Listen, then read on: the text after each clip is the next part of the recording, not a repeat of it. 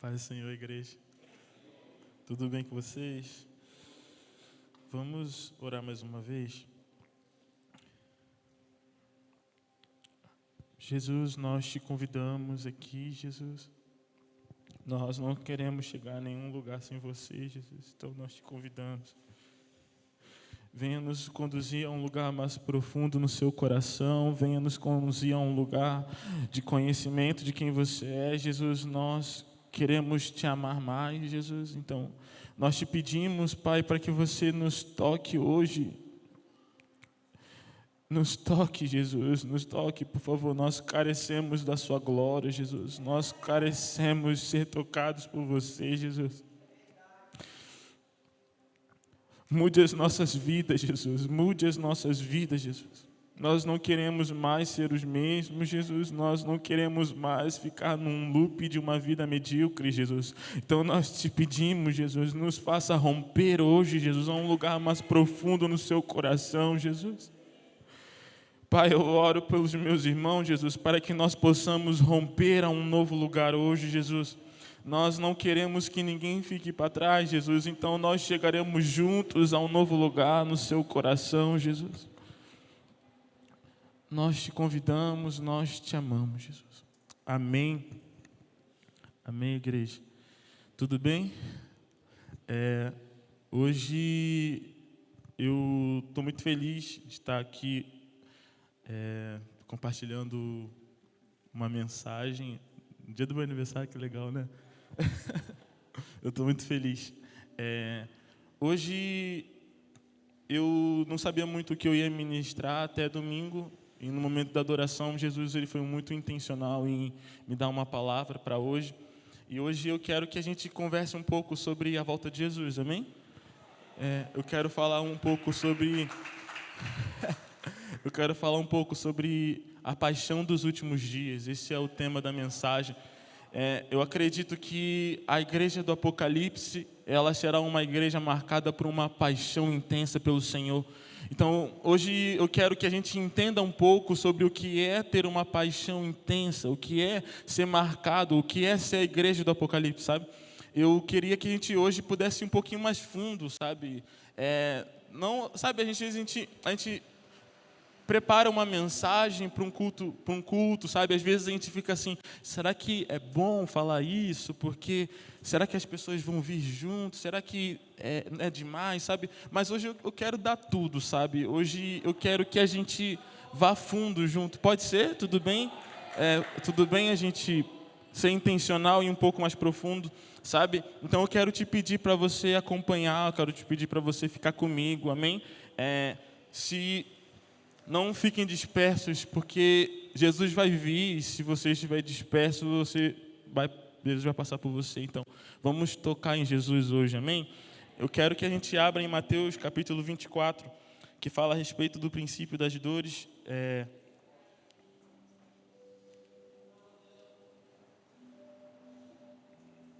Eu preparei essa mensagem com muito temor.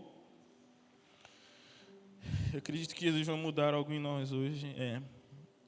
Mateus capítulo 24, a partir do versículo 8. Eu vou tentar acompanhar o esboço. É muito difícil para mim acompanhar o esboço, mas eu vou tentar.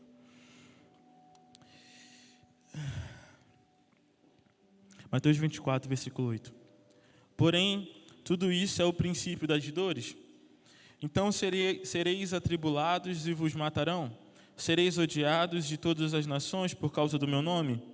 Nesse tempo, muitos hão de se escandalizar, trair e odiar uns aos outros.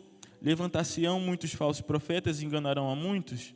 E por se multiplicar a iniquidade, o amor se esfriará de quase todos. Esse texto, às vezes, a gente fala, o amor de muitos se esfriará, né? Esse texto, ele fala a respeito de uma profecia que Jesus, ele estava ensinando a respeito do tempo do fim. E quando nós lemos esse texto, nós vemos muito claro que ele se refere ao princípio das dores.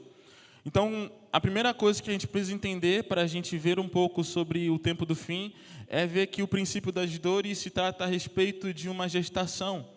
Então, Jesus, ele compara a volta dele como uma gestação, como o nascimento de uma criança, quando uma mulher dará à luz a um filho. Então, e nós acreditamos que esse filho, essa criança é Jesus, o filho de Deus que virá, o Messias, o noivo, o nosso noivo, casar com a igreja. E o que nós podemos entender um pouco, sabe? Quando nós vemos que ele fala sobre o princípio das dores, ele fala sobre um período de gestação, e nós vemos que o princípio das dores é o momento ao qual uma mulher começa a entender que o neném está para nascer. Então, quando está chegando a hora de dar à luz, e começa o princípio das dores. E sempre que começa a chegar cada vez mais no momento, as dores vão se intensificando. E elas não somente vão se intensificando em intensidade de dor, como também o tempo entre uma dor e outra vai diminuindo. Então, isso ele marca sobre a volta de Jesus, sabe? É um tempo onde uma gestação, onde as dores virão por intervalos curtos e cada vez mais irão se intensificar e cada vez mais ela irá diminuir. Então, esse texto ele é muito claro a respeito sobre a volta de Jesus, a respeito sobre o princípio das dores. E é muito claro também dizer que a igreja estará nesse período, a igreja estará no momento a qual começará guerras e rumores de guerra, a qual muitos irão perseguir a igreja e muitos irão matar alguns da igreja. E quando fala a respeito de ser odiado pelas nações, sabe? Então, a primeira coisa que eu queria dizer é que a gente não pode fugir da perseguição como a igreja do tempo do fim. Nós, como igreja dos últimos dias, precisamos entender que a perseguição será algo saudável para a vida da igreja. Eu vou embasar isso biblicamente mais à frente. Então, tudo isso é um pouco para a gente entender sobre a volta de Jesus. Então, vamos abrir em Mateus capítulo 13. Fiquem comigo, tá bom, gente? Estão aqui? Não dorme. Vai tudo fazer sentido no final, eu acho.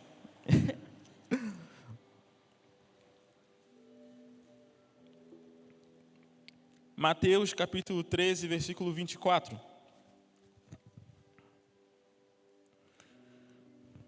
Novamente, Jesus falando uma parábola. Ora, outra parábola lhe propôs, dizendo: o reino dos céus é semelhante a um homem que semeou boas sementes em seu campo. Mas enquanto os homens dormiam, veio o inimigo dele e semeou joio no meio do trigo, e retirou-se. E quando a erva cresceu e produziu frutos, apareceu também o joio. Então, vindo o servo do dono da casa, lhe disseram: Senhor, não semeaste boa semente no teu campo? De onde vem, pois, o joio? Ele, porém, lhe respondeu: o inimigo fez isso. Mas os servos lhe perguntaram: queres que vamos e arranquemos o joio? Não, replicou ele, para que ao separar o joio, não arranqueis também com ele o trigo. Deixai-o crescer juntos até a colheita, e no tempo da colheita direi aos ceifeiros: ajuntai primeiro o joio, atai-os em feixes para ser queimados, mas o trigo recolhei-o no meu celeiro. Essa parábola também é uma outra parábola a respeito do tempo do fim, a respeito do grande dia do Senhor. E ela fala, e nós podemos interpretar dessas duas formas, sabe? Como um lugar onde o joio vai crescer junto com o trigo num sentido de mundo, num sentido onde a igreja é o trigo e os filhos da perdição é o joio. Como também nós vemos isso a respeito de algo interior da própria igreja. Dentro da igreja também tem joio e trigo, e o joio e o trigo crescem junto. Então, quando a gente olha novamente para Mateus 24, nós vemos que o joio, ele cresce, Mateus 13, o joio cresce junto com o trigo, e em Mateus 24 nós vemos que ele fala a respeito do joio, porque ele diz: o amor de muitos se esfriará. Quando ele diz que o amor de muitos se esfriará, ele está falando a respeito do joio. Então, se fala que o amor de muitos vai se esfriar, fala também que o joio vai aumentar, amém? Então, se o joio vai aumentar, o trigo cresce junto com o joio. Então, se o amor de muitos se esfriará, o amor de muitos também se aquecerá. Então, se o joio cresce junto com o trigo, então se muitas pessoas irão entrar num lugar onde o amor delas vão se esfriar de forma intensa, então aqueles a qual crescem com o trigo terá o seu amor aquecido de forma intensa. Então, os últimos dias será marcado por uma paixão intensa, uma devoção intensa ao Senhor. Isso não é uma palavra minha, isso é uma profecia a qual Jesus ele disse a respeito da igreja. Então, quando uma coisa que marca a igreja do tempo do fim, uma igreja que está chegando no período de preparação e amadurecimento, se ornando para a volta de Jesus, é uma igreja que é completamente apaixonada pelo Senhor.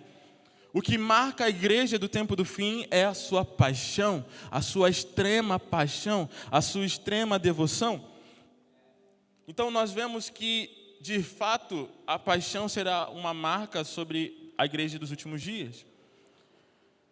E nesse texto de Mateus 24, nós vemos que o joio ele vai crescer junto com o trigo. E esse crescimento do joio vai se dar a respeito de muitas coisas, tanto pelo sentido de nós vermos o amor de muitos se esfriando, como também pelo sentido do joio perseguindo o trigo. Então, quanto mais o trigo cresce, mais o joio cresce, mais o joio perseguirá o trigo.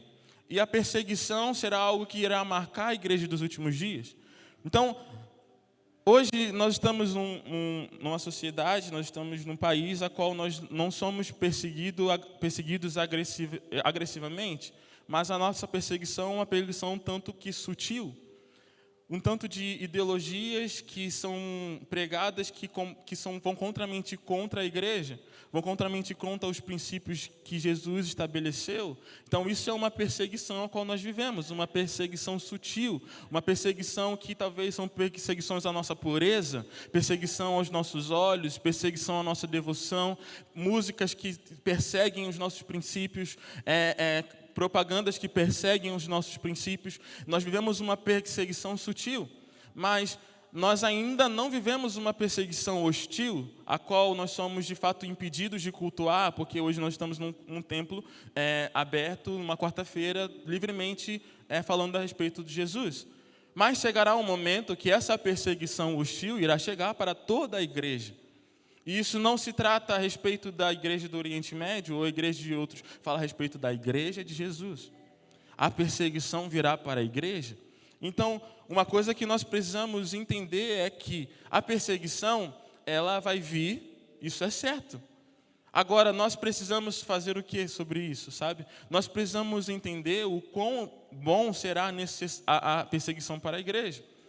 Quando nós lemos Êxodo, anotem aí, se você está anotando, quando nós lemos Êxodo capítulo 1 ou capítulo 2, se eu não me engano, fala a respeito de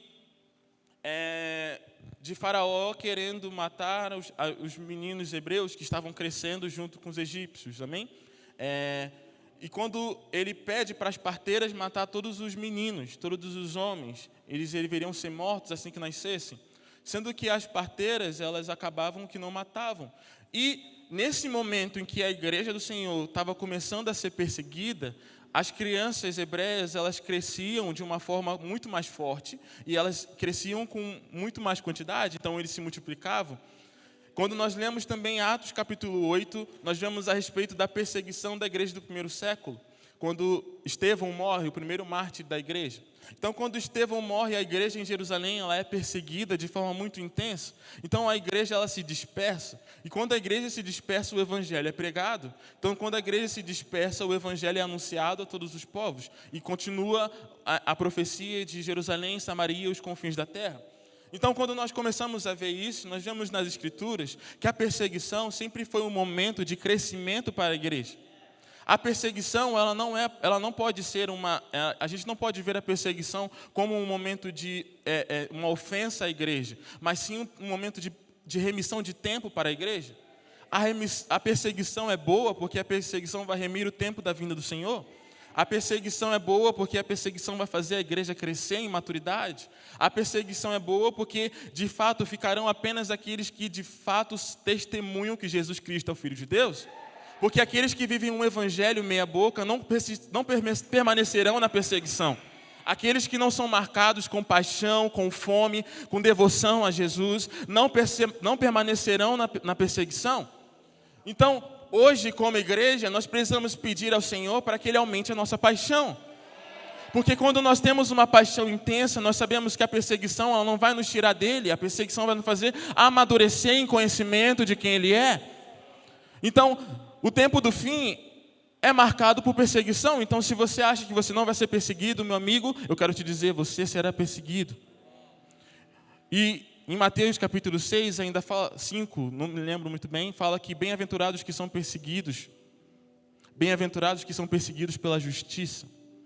Então, se nós somos perseguidos pela justiça, nós somos bem-aventurados no Senhor. Talvez para muitos nós não somos bem-aventurados segundo a terra, mas nós não vivemos segundo o padrão desse mundo, nós não vivemos segundo o padrão desse século. Então nós somos bem-aventurados, nossas bem-aventuradas se encontram no Senhor Jesus. Então, é certo que nós seremos perseguidos por sermos uma igreja apenas. Um pouco pesado, né? Mas é isso, esse é o evangelho. Então, se você hoje ainda vive uma vida de inconstância, se você ainda vive uma vida a qual você não se decidiu quem é você e quem é Jesus, eu quero te dizer que Jesus está voltando. Eu quero te dizer que o tempo do fim está aqui. Quero te dizer que a perseguição à igreja está próxima. E quando nós não podemos mais nos reunir? E quando nós não podemos mais fazer os nossos cultos abertos? E quando talvez você fique um mês sem ver os seus irmãos, você vai deixar o Senhor? Nós vivemos um evangelho, talvez, em que é muito tranquilo a respeito de uma perseguição hostil. É um evangelho que, às vezes, a gente vive uma vida no domingo e uma outra vida nos outros dias de semana. Sabe o que é isso? É falta de urgência da volta. É falta de urgência a respeito da volta de Jesus. Sabe, é muito difícil, às vezes, a gente ouvir uma pregação a respeito da volta de Jesus, porque nós temos medo. Mas a volta de Jesus é um princípio para a igreja. É um princípio para a igreja precisa desejar ardentemente a volta de Jesus. Então, se nós não estamos desejando ardentemente a volta de Jesus, é porque nós ainda não tivemos um encontro com Ele. E se você não teve hoje, você vai ter um encontro com Ele. Eu quero que hoje a gente saia daqui com um grande desejo para que Jesus volte, sabe? Eu quero que Jesus ele nos batize com anseio pela volta, com anseio pela perseguição, pelo anseio em de fato não viver mais uma vida no conforto que nós temos, sabe?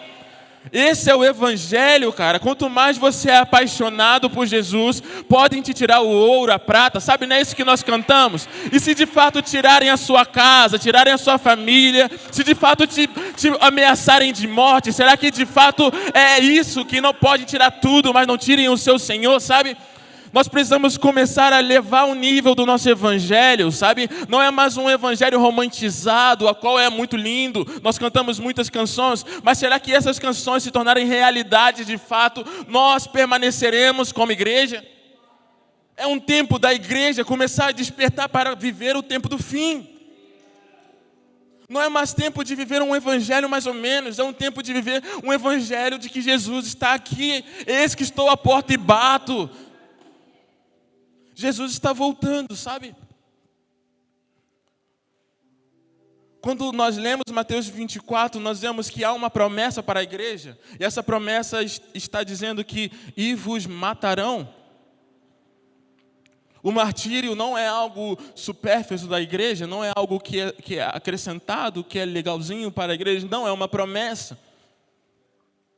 Há uma promessa para a igreja. Eu quero...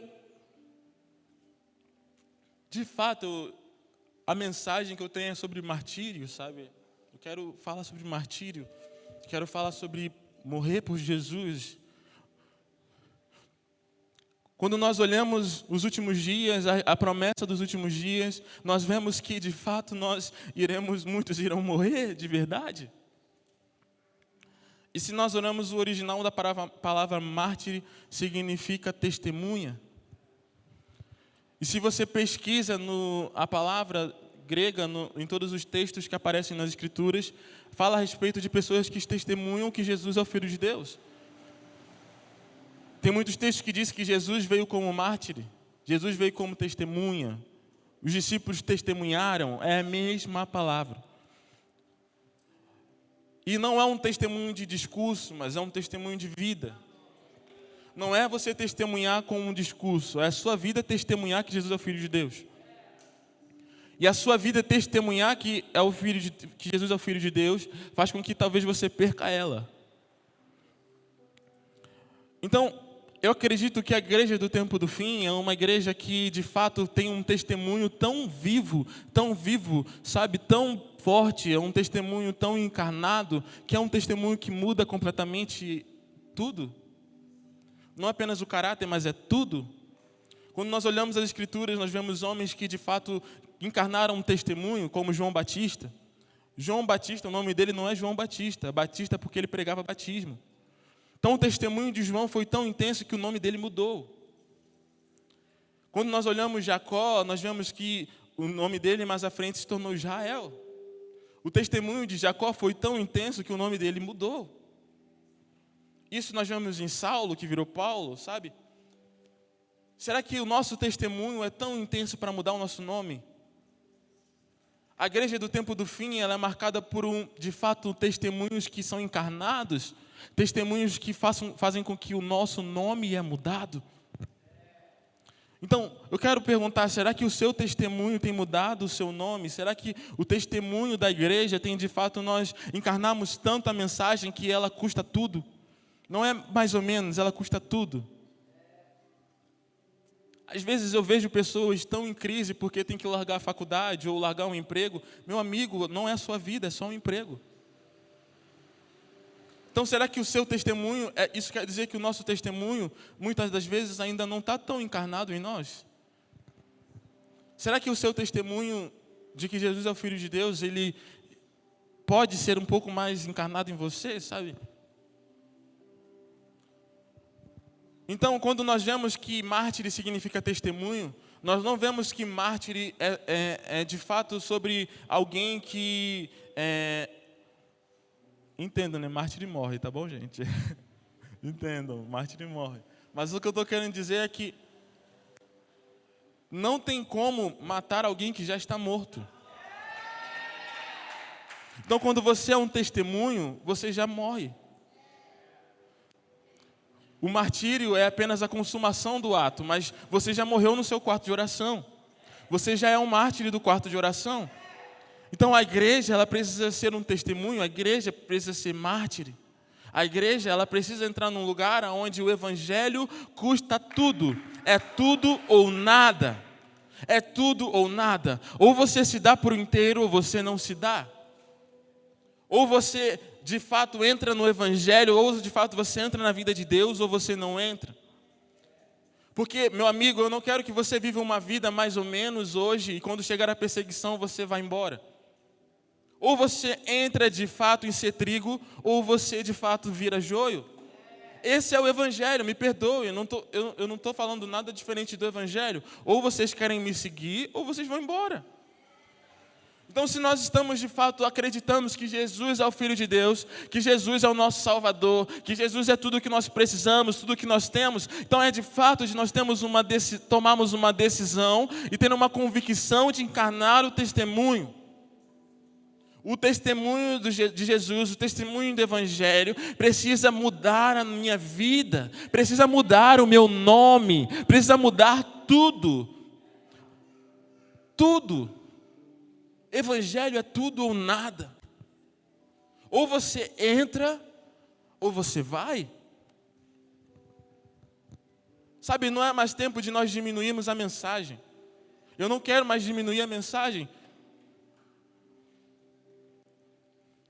Sabe, por muito tempo a igreja diminui a mensagem para que muitas pessoas possam vir para a igreja e encher a igreja, encher templo. Não, a mensagem não vai ser diminuída. Porque a mensagem é uma só, e a mensagem é uma pessoa, Jesus. Não tem como eu partir Jesus no meio. Não tem como eu te dar metade do cordeiro, eu quero te dar o cordeiro por inteiro. Mesmo que essa parte do cordeiro seja a frissura, que faça talvez doer em você, ou possa te dar um pouco de desconforto ou enjoo na barriga, esse é o Evangelho. Então, quando nós de fato entendemos que nós somos o testemunho de Jesus, nós entendemos que o martírio, ela não é sobre alguns, martírio é para todos. Todos nós precisamos ter um estilo de vida digno ao martírio. Todos nós precisamos viver uma vida a qual a terra não é digna. Então, será que hoje a nossa vida, ela é uma vida digna a ser o testemunho vivo? Será que a nossa vida, ela de fato testemunha que Jesus é o Filho de Deus, que Jesus está voltando, que Jesus ele é a salvação? Será que isso é uma mensagem que nós encarnamos ou é um discurso que nós reproduzimos? Porque se isso for um discurso, em algum momento esse discurso não vai conseguir sustentar a sua vida. Em algum momento você vai falhar porque é só um discurso, não é vida. Quando as coisas começarem a apertar, você não vai permanecer. Eu aprendi uma coisa com a galera de Curitiba. Se nós diminuímos um evangelismo, dizemos um evangelismo meia boca, nós formamos discípulos meia boca. Então, se a nossa mensagem é uma mensagem mais ou menos, o nosso discipulado vai ser um discipulado mais ou menos. Porque se nós não pregamos um evangelho que você tem que morrer para você mesmo, tomar a sua cruz e seguir, quando no discipulado você precisar renunciar a algo que é muito precioso para você, você vai espanar e não vai permanecer. Então é melhor que nós entendamos a princípio do evangelho no início, do que nós sejamos provados no discipulado e deixemos Jesus no meio do caminho. Eu não quero negar Jesus. Eu não quero deixar o meu Senhor. Então, essa é a mensagem. Será que o nosso testemunho tem sido um testemunho a qual nós somos dignos para o martírio, dignos de morrer? Amém? Vocês estão aqui? Estão entendendo?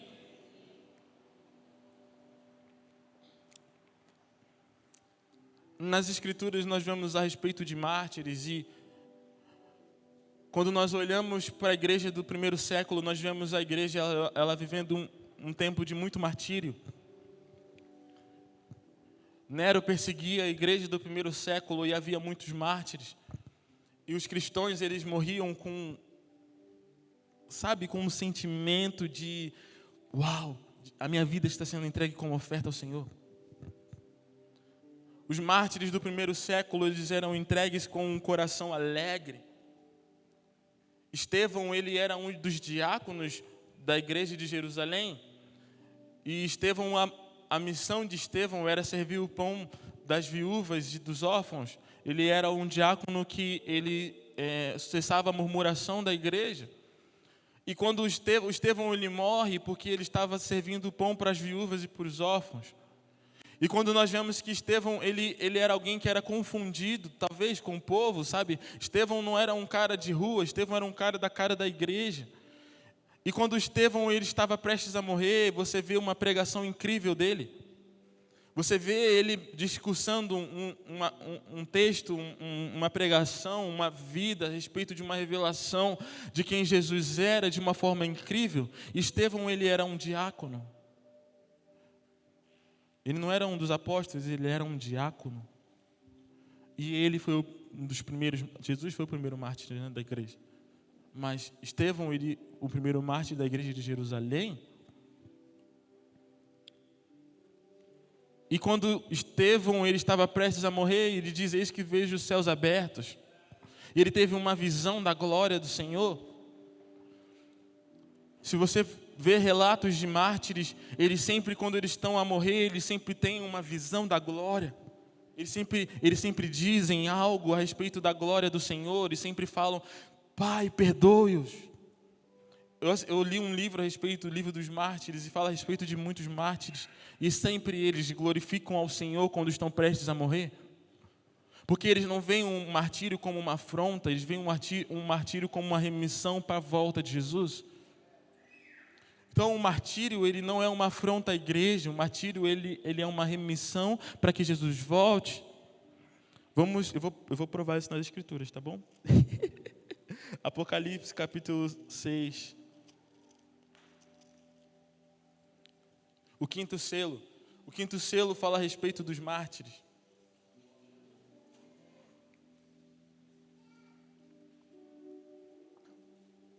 Xarabastoi. Apocalipse capítulo 6, versículo 9.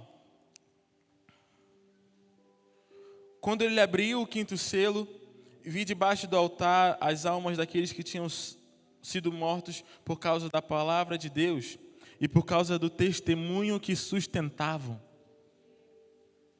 Eles foram mortos porque eles sustentavam um testemunho. Eles foram mortos porque eles sustentavam uma palavra.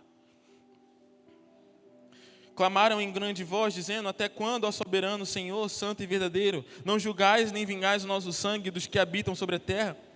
Então a cada um deles foi dada uma vestidura branca, e lhes disseram que repousem ainda por pouco tempo, até que também se completasse o número dos seus conservos e dos seus irmãos que iam ser mortos, como igualmente eles foram. Então esse texto ele fala a respeito de que o sangue dos mártires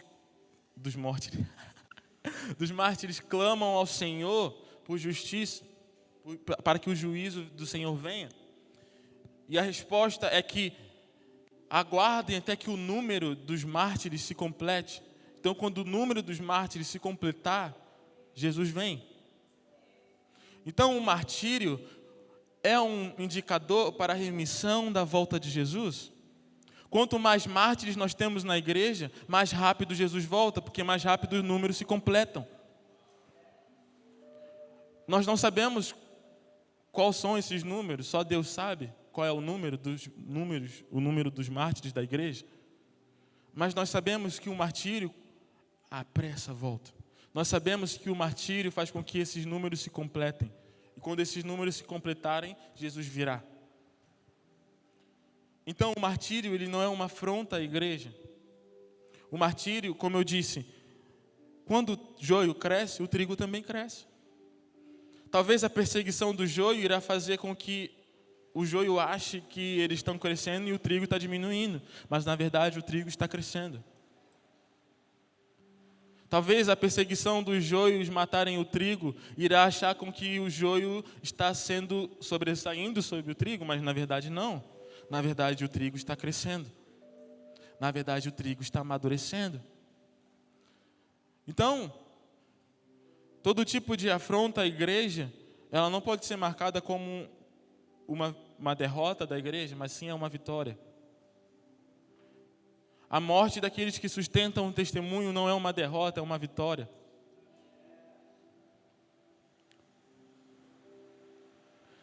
Tem um texto em Coríntios que diz que se foi sepultado em desonra, será ressuscitado em glória. Então, mesmo que a morte foi uma morte desonrosa perante a terra, ela será ressuscitada em glória perante o céu. E nós não vivemos no padrão desse mundo, nós vivemos por uma demanda celestial. Então não importa a nossa desonra terrena, o que importa é a nossa glorificação celestial. Eu não quero ser honrado na terra, eu quero ser honrado no céu. Eu não quero juntar tesouros onde a traça corrói, mas eu quero juntar tesouros em algo que é eterno, que é Jesus, o coração de Jesus. Então, o nosso entendimento a respeito do martírio não pode ser um lugar onde nós entendemos como uma desonra, mas sim como uma glorificação, assim como uma remissão dos tempos para que Jesus volte. Estão entendendo? Então, o tempo do fim será marcado por um tempo de perseguição. O tempo do fim será marcado por um tempo onde os mártires irão começar a surgir na igreja. De fato é o que falta, né? Quando nós olhamos a igreja do tempo do primeiro século, nós vemos uma igreja em que há muitos mártires e essa igreja cresce. Nós temos uma palavra a respeito do Senhor, sabe? Quando nós cantamos a terceira onda, essa é a terceira onda, e os trabalhadores já estão de pé. Essa canção, ela fala a respeito do martírio. Porque em 1 João 5 fala a respeito de 3 testemunhos que testificam na terra. E esses 3 testemunhos é a água, o espírito e o sangue. Isso são coisas que são testemunhadas na igreja e pela igreja para que Jesus fosse reconhecido como Filho de Deus. Então, a água, ela representa a palavra, e nós vemos a restauração disso na reforma protestante. A água, ela foi restaurada na igreja. O Espírito fala a respeito das manifestações do Espírito, dos dons do Espírito, e nós vemos isso acontecer no avivamento da Rua Azusa, um avivamento pentecostal, nós vemos de novo o entendimento a respeito dos dons, a respeito das manifestações do Espírito Santo. Então, de novo, a igreja ela foi restaurada a respeito do segundo testemunho. Só que o terceiro testemunho, que é o sangue, nós acreditamos que se dará no último e grande avivamento, porque o último e grande avivamento virá como a terceira onda. A primeira onda foi a água, a segunda onda foi o Espírito, e a terceira onda será o sangue dos mártires, o sangue daqueles que têm um lugar em comunhão, sabe? Um lugar de comunhão extrema ao Senhor. Esse será o grande e último avivamento. Então, se nós hoje clamamos para que Jesus venha com o avivamento, nós precisamos ter clareza de que o último avivamento se trata de martírio. O último avivamento se trata de uma grande colheita. E o último avivamento se trata de uma paixão intensa, uma extrema devoção ao Senhor. E se você canta, essa é a terceira onda, os trabalhadores já estão de pé, você está falando que você está se colocando como um mártir para o Senhor. Porque o último e grande avivamento se dará e será marcado pelo sangue dos mártires. Pedro profetizou em Atos 4 que será um tempo da restauração de todas as coisas na igreja, será um tempo onde todas as coisas serão restauradas. Então a igreja do tempo do primeiro século precisa ser restaurada em nós. Mas nós não queremos ser ela, nós queremos ser a igreja dos últimos dias. Mas para que nós cheguemos a um lugar de ser a igreja dos últimos dias, nós precisamos restaurar aos primeiros dias. Nós precisamos chegar em um lugar onde nós vemos o Senhor. Eu acredito que a igreja do primeiro século era tão intensa por paixão, porque eles viram Jesus. Então, para que nós sejamos intensos, nós precisamos ver o Senhor. Ver a glória. Porque se nós vermos a glória, nós somos marcados por ela. Todos os homens que viram a glória foram marcados por ela. Jacó foi ferido, porque lutou com Deus. Jacó era reconhecido como um homem que lutou com Deus, porque ele tinha uma marca física. Era uma marca, eles eram marcados pela glória. Então a igreja dos últimos dias, ela precisa ser marcada pela glória. Nós precisamos começar a entrar em um lugar a ser como Moisés. Jesus, Senhor, mostre-me a sua glória. Não vou sair daqui enquanto você não me mostrar a sua glória. Eu não quero ir para um lugar sem a sua glória. Eu não quero ser marcado por outra coisa a não ser a sua glória. Quanto mais nós vemos a glória de Deus, mais intensamente será o nosso testemunho. No início eu orei, Jesus, nos toque, porque tudo depende de um toque fresco do Senhor. Então nós vemos que o martírio não é sobre um lugar onde a igreja tem, mas é quem a igreja é. Faz parte da igreja, porque é quem Jesus é. Jesus, ele se entregou para a morte, e ele venceu a morte. Então não existe igreja sem martírio. Então o martírio não pode ser algo que nós ouvimos como algo muito profundo, não, precisa ser algo natural para a igreja. Morrer por Jesus.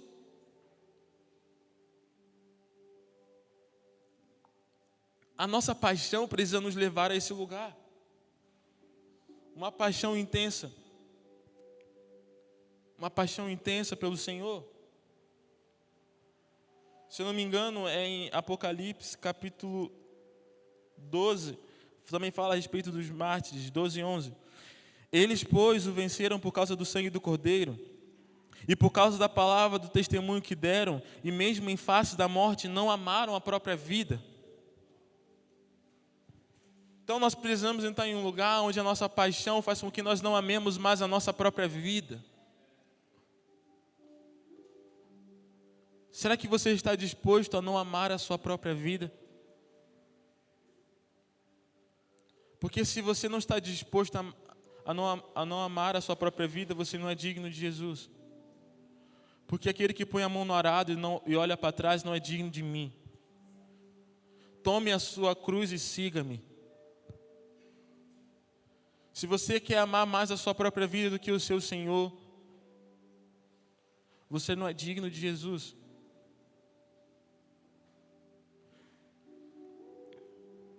Então, os mártires, eles não são aqueles que, de fato, viveram algo incrível apenas, sabe? Sim, mas é quem faz parte do testemunho que carregam, sabe? E o martírio, ele precisa ser um lugar onde nós vivemos ele como uma oferta. Como eu disse, eles sempre viam a Deus e eles glorificavam a Deus, porque eles entendiam o martírio como uma oferta. Vamos abrir em 2 Timóteo.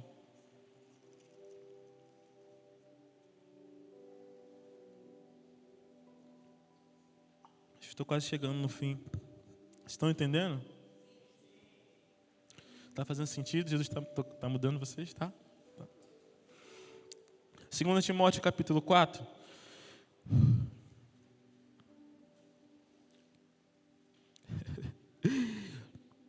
Quanto a mim, estou sendo já oferecido por libação, e o tempo da minha partida é chegado. Combati o bom combate, completei a carreira e guardei a fé. Esse é o apóstolo Paulo, dizendo que a sua vida estava sendo entregue como libação ao Senhor. Libação é uma oferta do Antigo Testamento, a qual era marcada como uma oferta de gratidão. Ao contrário das ofertas que eram entregues sobre remissão de pecado, a oferta de libação era apenas uma oferta de gratidão ao Senhor.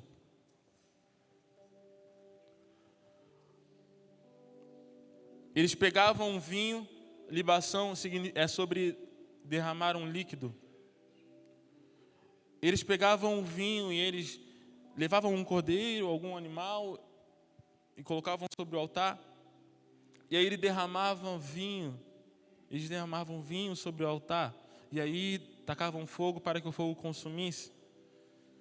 E aí aquela oferta subia como um cheiro agradável ao Senhor, porque vinha com um cheiro de vinho, um aroma suave. Isso era uma oferta de libação, uma oferta de gratidão. Então, se nós vemos que Paulo está dizendo que a vida dele é como uma oferta de libação, Paulo está comparando a sua vida como sendo derramada ao Senhor como um aroma suave. Ele está falando sobre martírio, e ele está falando sobre uma vida a qual a terra não foi digna dele. Ele está dizendo que ele derramará a sua vida ao Senhor e a sua vida subirá como uma oferta suave. Eu acredito que Paulo está comparando o seu próprio sangue como vinho.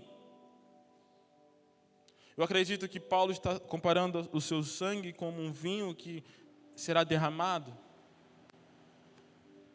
Assim como Jesus ele nos ensina que o vinho é como o sangue dele, ao qual nós ceiamos e nós entramos em um lugar de comunhão, amém? Então, o martírio, como eu disse, é sobre apressar a volta de Jesus. E nesse texto nós entendemos um pouco sobre isso. Porque se Paulo ele fala que a vida dele, o sangue dele é como um vinho que subirá com um aroma suave ao Senhor, nós vemos que a vida de Paulo é um lugar agradável ao Senhor. Em Lucas 22, versículo 18, nós vemos uma promessa de Jesus. Pois vos digo que, de agora em diante, não mais beberei do fruto da videira, até que venha o reino de Deus. Estão aqui comigo? Essa é uma promessa de Jesus. Hoje, Jesus ele faz jejum de vinho. Jesus ele não bebe vinho, até que virá o reino dos céus, até que ele encontre a noiva. Esse tempo todo, Jesus está sem beber vinho, esperando a noiva, como um jejum. Jesus falou que ele não beberia do fruto da videira até que o reino de Deus viesse, fosse estabelecido. Então, quando nós vemos que Paulo está dizendo que a vida dele é como uma oferta de libação, e está dizendo que a vida dele será derramada com cheiro de vinho. Então, quando Jesus, nós vemos em Cantares 7 que Jesus, o Cantares de Salomão diz que o beijo da noiva é como um bom vinho. E Jesus está jejuando vinho porque Jesus gosta de vinho. Jesus gosta do fruto da videira. Então, quando Paulo ele diz que o sangue dele será derramado como uma oferta de libação e subirá com um cheiro agradável, com um cheiro de vinho, ele está dizendo que o cheiro do vinho subirá ao Senhor e apressará a volta dele, porque Jesus ele deseja vinho. Então, é como se subisse um cheiro de vinho ao Senhor e Jesus, que está jejuando vinho, apresse para que ele volte, como um bom vinho. Cantares 7 diz, os seus beijos são como um bom vinho. Jesus hoje ele não bebe vinho, então se nós damos vinho a ele, apressa a volta dele. E quem produz um bom vinho é um sacerdote. Então será que se você for entregue à morte, a sua vida será como um aroma suave? A sua vida será como um bom vinho? A sua vida será como uma boa oferta de libação ao Senhor?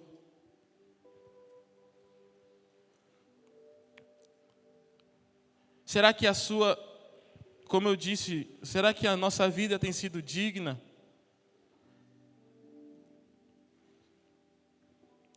É um tempo, sabe? É um tempo onde nós precisamos entender que nós estamos nos últimos dias. É um tempo em que nós precisamos entender que Jesus está voltando. É um tempo que nós precisamos entender que o martírio não é uma afronta, o martírio é uma remissão. É um tempo que nós precisamos entender que hoje nós precisamos nos comportar como mártires. Pessoas que estão dispostas a morrer por Jesus. Pessoas que morreram já no quarto de oração.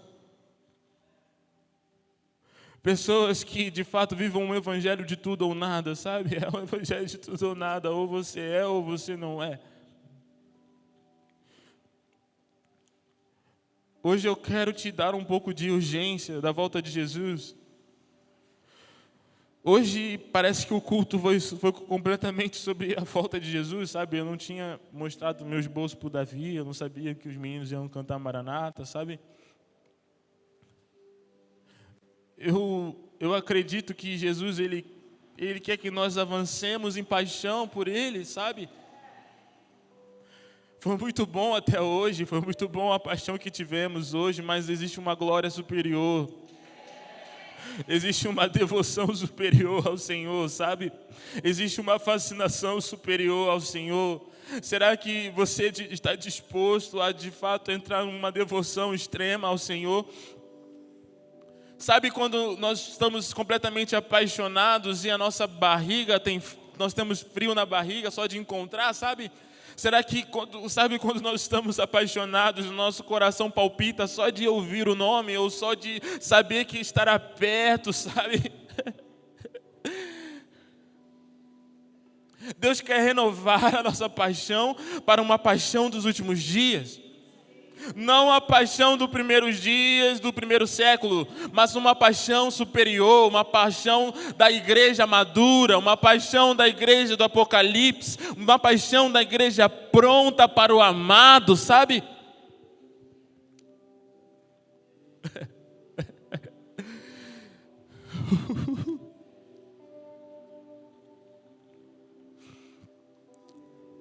Eu sinto Deus querendo nos ungir para a morte.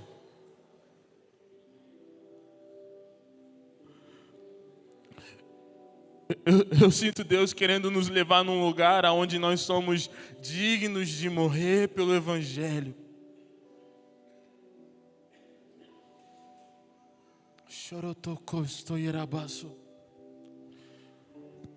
Jesus vai começar a tocar alguns.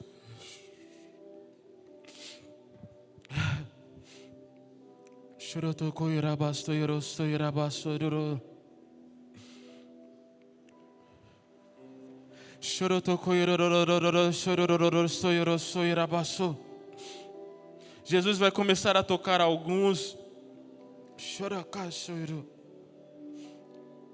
por uma paixão mais intensa. Em Apocalipse nós vemos que os anjos eles cantam ao Senhor dia e noite sem descanso. Então nós vemos que os anjos eles estão na mesma dimensão temporal que nós. Eles estão dia e noite sem cansar, dizendo que o Senhor é santo.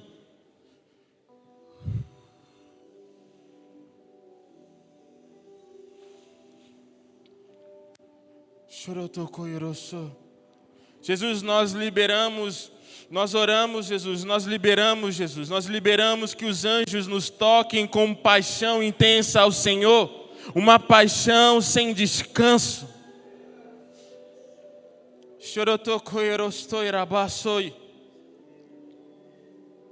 Anjos, vocês são bem-vindos aqui.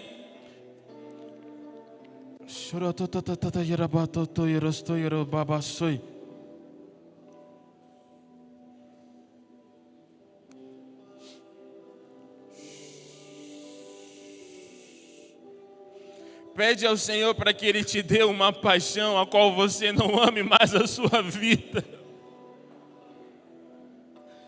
Por muito tempo, sabe? Por muito tempo a minha oração tem sido: Jesus, me dê a honra de morrer pelo seu nome.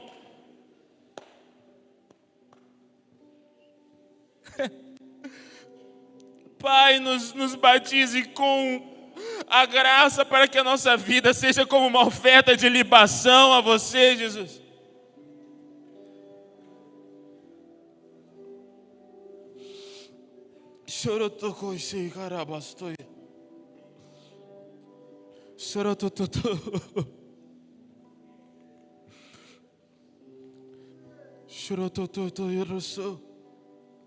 Jesus,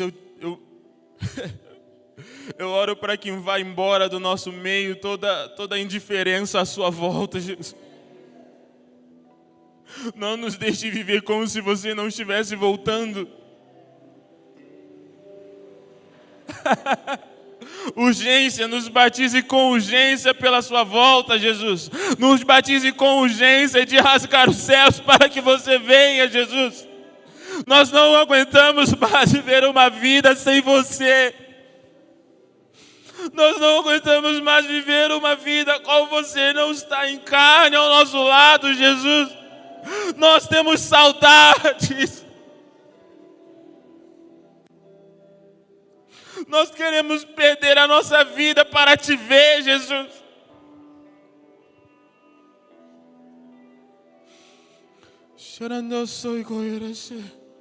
Vamos ficar de pé, vamos ficar de pé.